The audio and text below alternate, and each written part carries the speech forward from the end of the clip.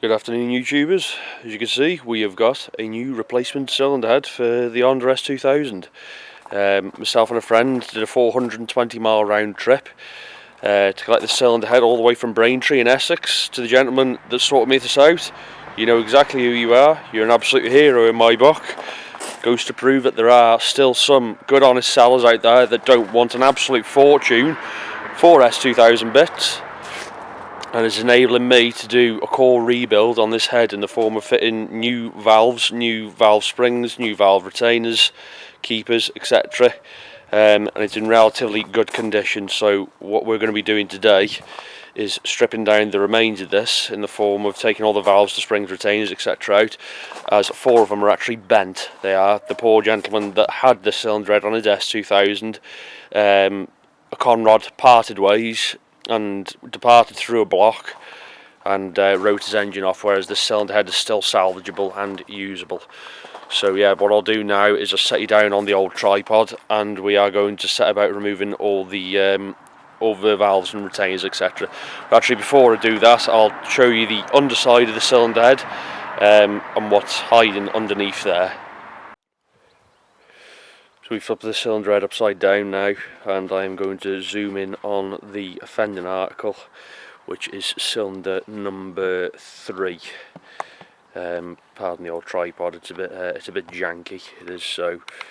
Whereas this one here, this one cylinder, you can just make out that the exhaust valve, rather this one by here, is sitting rather proud of the valve seat itself. That one's rather sunk in on the one side and sitting a little bit proud, as are the inlet ones here as well. Not as bad as that one there. Whereas, as you can see by the rest of the valves on the other cylinders, they're all relatively flush. The deck face of the cylinder head itself is in remarkable condition. Probably get away with not skimming it, but we'll put a straight edge to it and make sure that it is straight and warp free. So I'm going to flip it back over now, and we'll start removing the valves. And we've got the cylinder head resting on a bench with a heavy duty foam mat underneath it to not mar the deck face. And as these valve retainers and valve spring retainers aren't being used anymore, what we've got is just like an 11mm deep breech socket with a bit of a nitrile glove finger on the end there, just to stop the little keepers flying away. And then I'm going to seat it on top of the actual retainer itself. Good old 4-pound lump hammer, and give him a few love taps like that, and as you can see there, the retainer and spring is free. Collets and that are in the bottom, which we can fish out with a little magnetic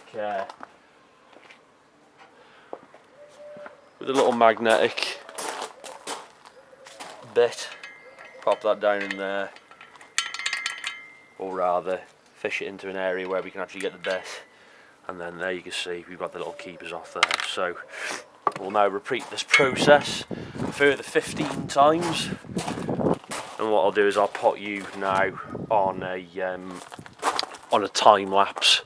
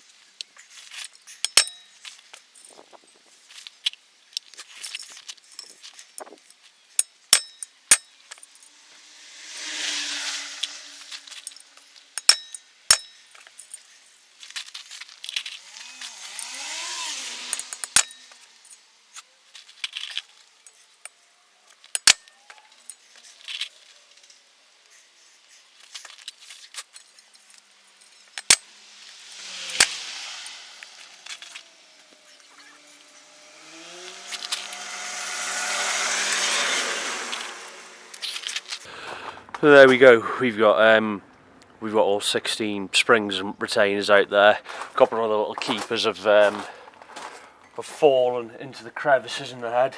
Oh, here we are. A lot of them also fell through, luckily. But there's 6 of them anyway. I dare say there are some still wedged in the head bolt holes and a few of the coolant passages. Just flip them upside down now and hopefully. There we are, there's another one there, it's just dropped out.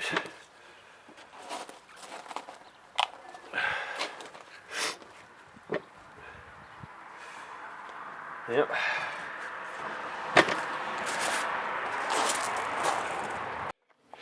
There we are, everything all categorised and kept in little boxes. Good ice cream. And they are perfect for storing things like this, and there's a good seal on it, so they'll be kept safe for future. You never know, somebody might want a set. So it's always worthwhile keeping hold of them in the little boxes like this, and they don't take up too much space. And now it's as simple as just lifting the old valves out of their guides and their seals. I take issue as a bit of an oil burner in the past. The gentleman's previous engine where this has come from, the exhaust valves have got a very, very thick layer of carbon around both the valve stem and the actual valve seat as well. Problem I've got with this camera, it hasn't got an autofocus, so yeah, you get the picture there. You can see how furry and whatnot that stem is there on the exhaust, and the stem on the inlet one there is there we are, it's a bit better on my hand, suitably wet with oil, and there's the exhaust one again for reference. I picture they're all going to be more or less like that.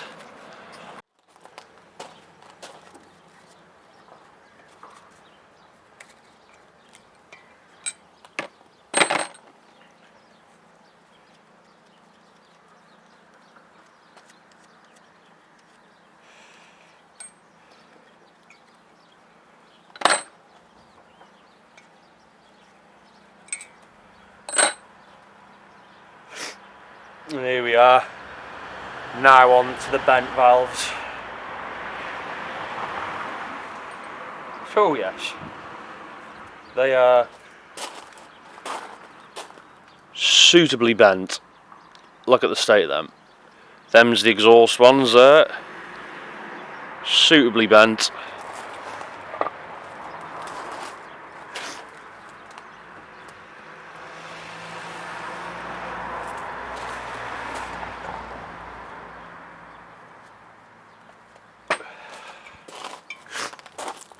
And there's one exhaust one, there's another inlet one that's suitably bent.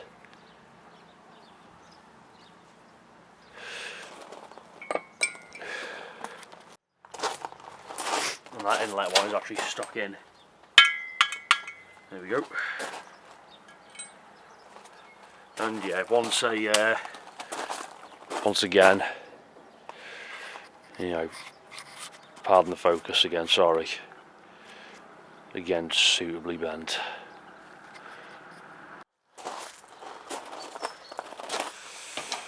And the last inlet ones,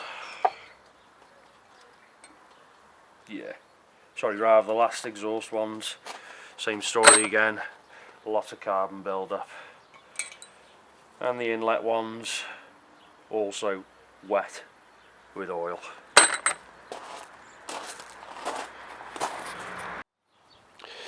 I mean, you've only got to look at the combustion bowls on these, how dark they actually are, and they are moist. So, poor fella's old engine was a bit of an oil burner, shall we say.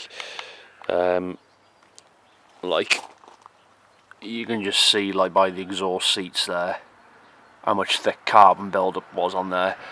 I'd imagine it was quite a poor breathing engine.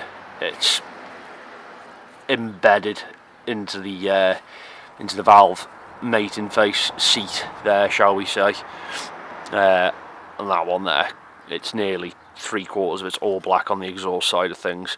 But thankfully they are all, particularly the one with the bent valves in, focusing on that one now, is I can see no damage at all, surprisingly, from them valves being as bent as they were.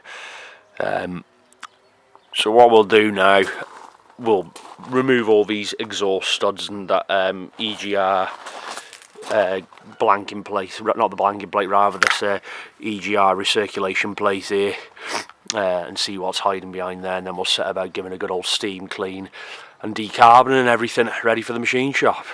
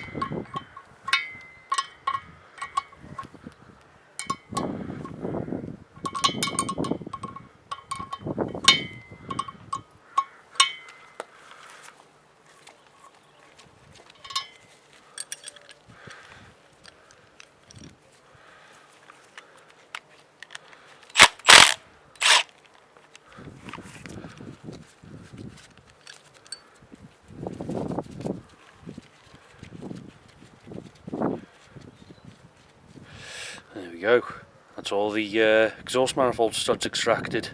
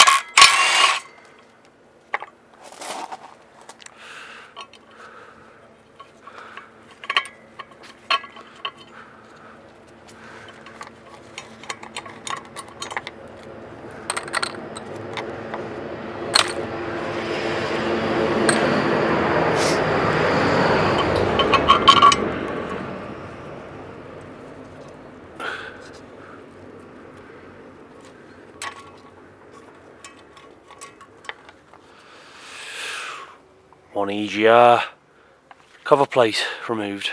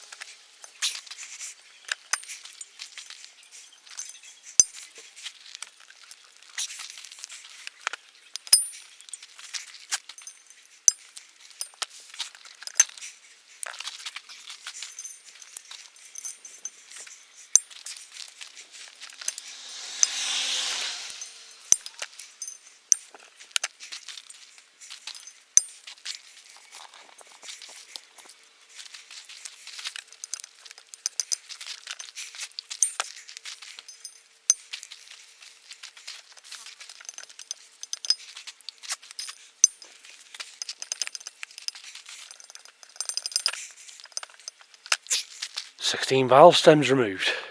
It's a fair workout getting them off."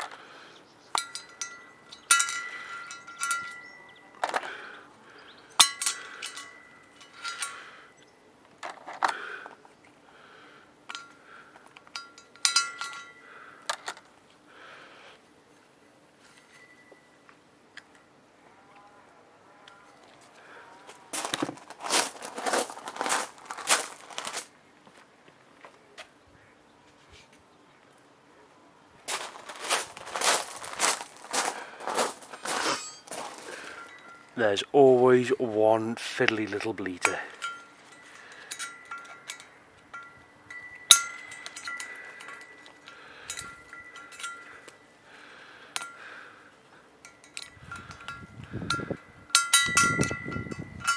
There we go.